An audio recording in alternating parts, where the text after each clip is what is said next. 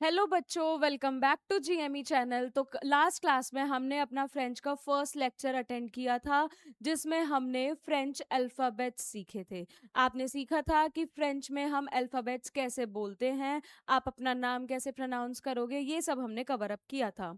आज हमारा second lecture है फ्रेंच का, जिसमें हम सीखेंगे फ्रेंच एक्सेंट्स।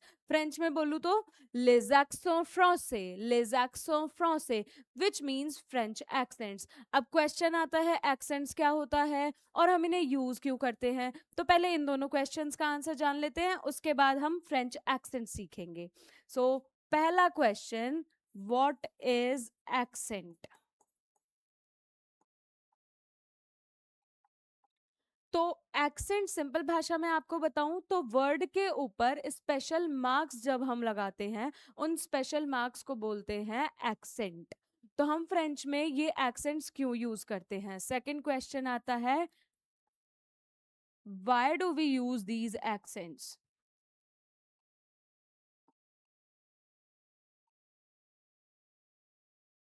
कि हमें इन एक्सेंट्स को फ्रेंच में यूज करने की जरूरत ही क्या है, राइट? तो अब क्यों यूज करते हैं ये मैं आपको बताती हूँ। फ्रेंच में ना काफी सिमिलर वर्ड्स भी होते हैं, तो उनको डिफरेंशिएट करने के लिए, उनमें डिफरेंस दिखाने के लिए हम एक्सेंट लगा देते हैं, ये मार्क्स लगा देते हैं, जिससे प्रोनाउंसिएशन भी चेंज हो जाता है और दोनों वर्ड्स में डिस्टिंक्शन क्लियर हो जाता है कि दोनों वर्ड्स में क्या डिफरेंस है। ऑब्वियसली दोनों का मीनिंग अलग होगा, इसीलिए दो बार अलग अलग जगह पे सिमिलर वर्ड यूज हो रहा है, बट उसको डिफरेंट क्या बनाएगा? इनके ऊपर जो एक्सेंट्स लगते हैं उसकी वजह से वो डिफरेंशिएट होते हैं, उनकी पहचान बन जाते हैं ये एक्सेंट्स। तो हम स्टार्ट करते हैं अपना पहला एक्सेंट, दैट इज लैक्सो आग्यू। इंग्लिश में इसको बोलते हैं एक्सेंट एक्यूट, फ्रेंच में बोलते हैं लैक्सो आग्यू। क्या होता है इस एक्सेंट में? ई के ऊपर लेफ्ट साइड पर टिल्टेड एक छोटी सी लाइन लगा देते हैं हम। कैसे बनाएंगे? ई के ऊपर हमें लेफ्ट साइड में, राइट साइड में टिल्ट करके एक छोटी सी लाइन बनानी है। तो ये बन गया हमारा एक्सेंट आग्यू। अब प्रोनाउंसिएशन में इसकी वजह से क्या चेंज आता है? तो जब हम एक्सेंट आग्यू लगाते हैं तो उसका प्रोनाउंसिएशन, ई का प्रोनाउंसिएशन हो जाता है ए। ए, हम इसको ए बोलते हैं, फिर अ नहीं बोलते। लास्ट क्लास में हमने जब अल्फाबेट सीखे थे तो मैंने आपको बताया था ई को हम प्रोनाउंस करते हैं अ, बट जब उसके ऊपर एक्सेंट आग्यू आ जाता है तो उसका प्रोनाउंसिएशन चेंज हो जाता है और वो बन जाता है ए। क्लियर? अब एग्जाम्पल्स देखते हैं। काफे, काफे हमने अल्फाबेट्स में भी किया था, बट हमने वो एग्जाम्पल किया था सी के लिए, राइट? बट यहाँ पर हम काफे पढ़ रहे हैं due to the presence of accent आग्यू। यहाँ पे देखो एक्सेंट आग्यू लगा हुआ है ई के ऊपर, इसलिए इसका प्रोनाउंसिएशन चेंज हुआ और ये बन गया काफे, राइट? अब नेक्स्ट एग्जाम्पल में यहाँ पर भी ई के ऊपर हमारा एक्सेंट आगे लगा है, तो इसका प्रोनाउंसिएशन हम कैसे चेंज करेंगे? यहाँ पे हमें ई को ए प्रोनाउंस करना होगा और हम बोलेंगे एतुदियों, एतुदियों, एतुदियों। काफे मीन्स होता है कॉफी,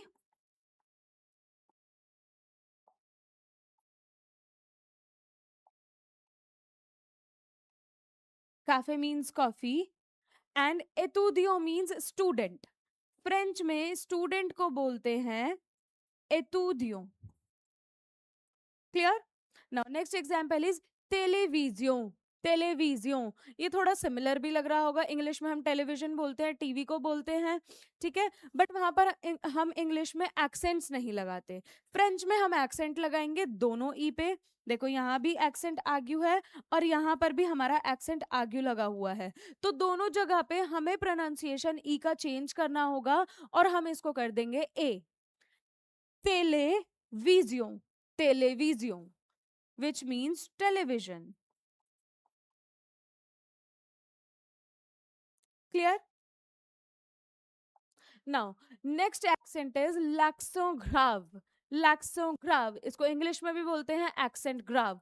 इसमें क्या होता है? आपको यहाँ भी ई दिख रहा होगा, बट डिफरेंस क्या है फिर लैक्सो आग्यू और लैक्सो ग्राव में? डिफरेंस क्या आता है? मैं आपको फिर से लास्ट स्लाइड दिखाती हूँ।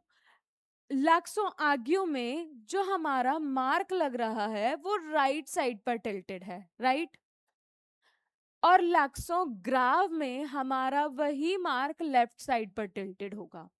तो जिस एक्सेंट में या जिस वर्ड में ई के ऊपर लगा हुआ एक्सेंट हमारा लेफ्ट साइड टिल्टेड है वो होगा हमारा एक्सो लैक्सोग्राफ, राइट।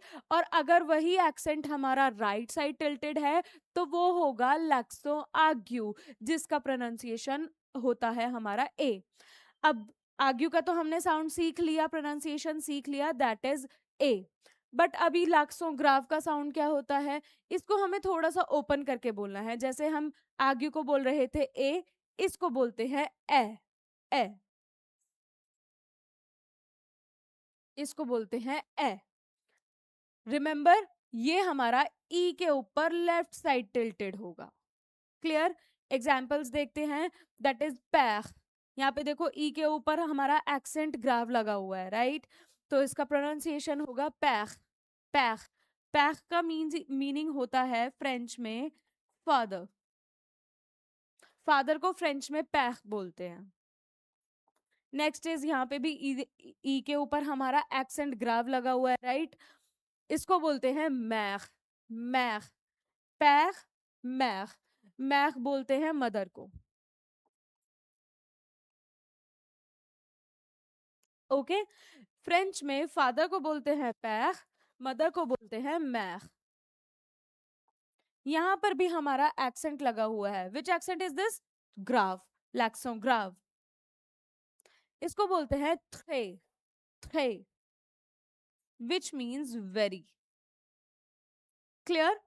अब चलते हैं हम अपने नेक्स्ट एक्सेंट की तरफ, दैट इज लैक्सो सर्कमफ्लेक्स। इंग्लिश में इस एक्सेंट को सर्कमफ्लेक्स एक्सेंट भी बोलते हैं, लैक्सो सर्कमफ्लेक्स। सो ये बेसिकली क्या होता है, ये ई के ऊपर ही लगेगा। इट्स लाइक इन्वर्टेड वी और अ कैप लाइक स्ट्रक्चर। ई के ऊपर ही ये भी अप्लाई होगा। इसका कोई पर्टिकुलर साउंड नहीं होता है, बट ये डिफ्रेंशिएट करता है सिमिलर वर्ड्स को। क्लियर। तो आप कैसे बनाओगे इसको? Cap like structure. और यू कैन, आप इसको कैसे याद रख सकते हो? इन्वर्टेड वी की फॉर्म में। क्लियर। एग्जाम्पल इज फोहेट, फोहेट। देखो यहाँ पे ई के ऊपर लगा हुआ है एक्सेंट सैकोफ्लेक्स।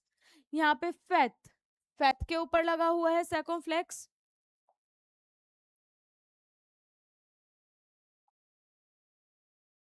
यहाँ पर फेथ में ई के ऊपर एक्सेंट सैकोफ्लेक्स लगा हुआ है।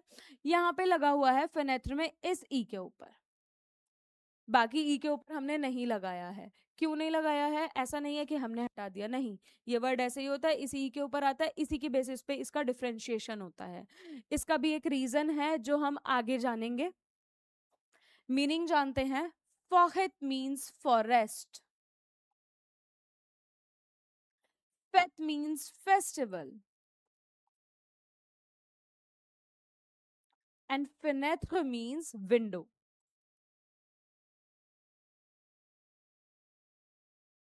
विंडो। फॉहेट मीन्स फॉरेस्ट, फेथ मीन्स फेस्टिवल, फिनेथ मीन्स विंडो। क्लियर। चलते हैं नेक्स्ट एक्शन की तरफ, दैट इज लासेदील। लासेदील। देखो यहाँ पे एक्सेंट में ही हमारा एक आ गया है, एक्सेंट इंक्लूड कर दिया है हमने।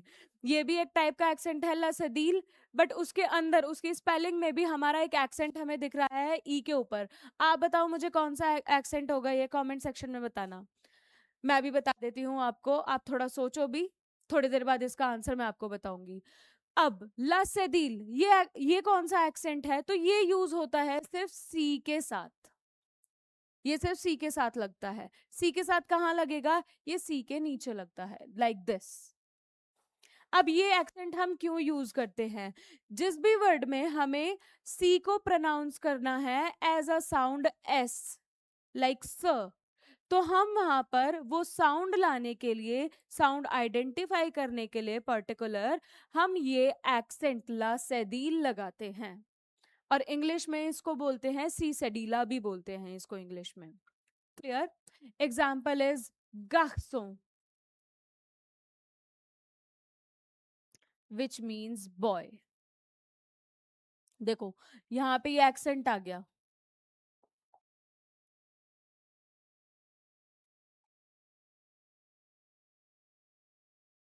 ऐसे बनाते हैं इसको, गार्सों। तो इसमें ये एक्सेंट आ गया यहाँ पे। अब मुझे गार्सों वर्ड में सी को प्रोनाउंस करना था, स की तरह मुझे इसका साउंड लाना था, इसलिए मैंने ये एक्सेंट लगाया है। अगर मैं ये एक्सेंट नहीं लगाती हूँ, मैंने इसको सी रहने दिया, तो इसका साउंड अलग होगा। फिर मैं इसको स नहीं बोलूंगी, तो इसकी प्रोनाउंसिएशन ही कंप्लीटली चेंज हो जाएगी। सो किसी भी वर्ड में, किसी भी फ्रेंच वर्ड में अगर हमें साउंड लाना होता है एस का, स का, तो हम उसके साथ उसके सी के अंडर लगाते हैं एक्सेंट सी से डील, लाइक दिस। क्लियर? अब चलते हैं एक छोटे से क्विज की तरफ, जिसका आंसर आपको देना है। आप कमेंट सेक्शन में मुझे आंसर बताएंगे। विच एक्सेंट डू यू सी इन? आपको इन 4 क्वेश्चंस में कौन कौन से एक्सेंट्स दिख रहे हैं? ये कौन सा एक्शन है? मैंने प्रीवियस स्लाइड में आपको ये नहीं बताया ये कौन सा एक्सेंट था। मे बी अब तक आपने सोच लिया होगा, मैं बता देती हूँ। ये है हमारा एक्सों एग्यू, राइट? जो हमने सबसे पहला एक्सेंट पढ़ा था, जिसका साउंड होता है ए। याद आया? ओके। अब आगे चलते हैं। ये 4 क्वेश्चंस है, इसमें आपको बताना है ये कौन से एक्सेंट्स यूज हुए हैं। ये दैट दिस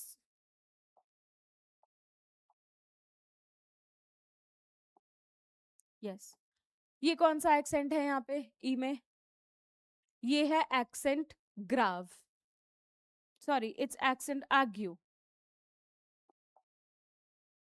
एक्सेंट आग्यू क्या साउंड होता है एक्सेंट आग्यू का? A. So it's coffee, meaning भी हमने इसका पढ़ा था, तो हम मीनिंग लिखेंगे। साथ ही ये कौन सा एक्सेंट है हमारा? एक्सों एग्यू, राइट? फॉरेथ, ये कौन सा एक्सेंट है हमारा? लेक्सो सेकोफ्लेक्स, इन्वर्टेड वी और अ कैप लाइक स्ट्रक्चर। फॉरेथ का मीनिंग क्या बताया था मैंने आपको? फॉरेस्ट।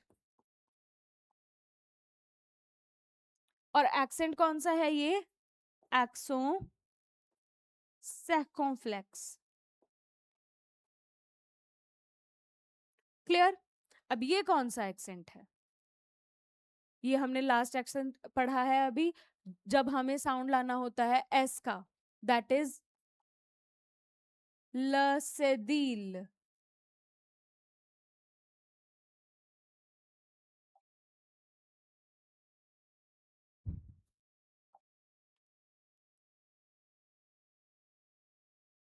कौन सा एक्सेंट है ये? लसेदील।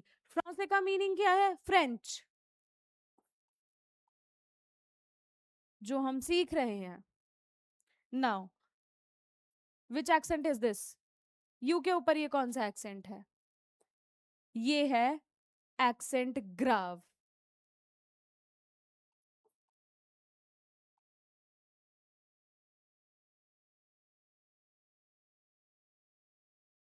क्लियर हुआ? अभी समझ में आया? अब आप ऐसे ही प्रैक्टिस करोगे इन एक्सेंट्स की, और अब आप बताओगे कि और कौन कौन से वर्ड्स हो सकते हैं जिनमें ये एक्सेंट्स यूज होंगे, and practice these sounds as well. तो यहाँ हमारा लेक्चर खत्म होता है। हमने आज सीख लिया फ्रेंच एक्सेंट्स क्या होते हैं, हमें उन्हें यूज कैसे करना है, और हम क्यों यूज करते हैं उनको। तो जब अब आगे हम अपना फ्रेंच जर्नी कंटिन्यू करेंगे, हम काफी सारे वर्ड सीखेंगे, वोकैबुलरी सीखेंगे, जिसमें आपको पता चलेगा ये एक्सेंट्स कितना इंपॉर्टेंट रोल प्ले करते हैं।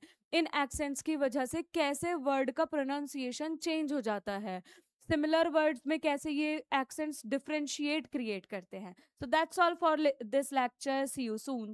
Thank you.